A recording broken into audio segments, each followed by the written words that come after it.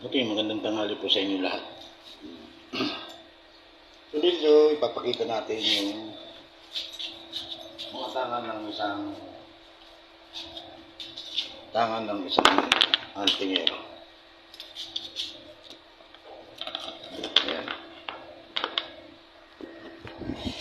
Unang-una, itong kristong itim. Krus na itim. Galing pa sa ilalim ng dagat. Gumamela silis at isang baho, isang mata, karaniwan yung dalawang mata, isa ang bibig. Makikita nyo sa loob ng bibig, meron siyang bato. Ito naman tawag na dignum. At ito naman yung mga karaniwan din ginagamit ng mga antingero.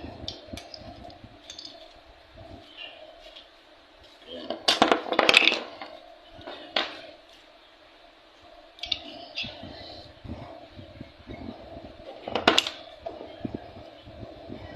Kung makita nyo, malaki siya. Hindi ko na sasabihin kung anong ngipin yun. Unang-una gusto ko pa magpasalamat sa mga tao patuloy subaybay dito sa aking FB Reach. God bless and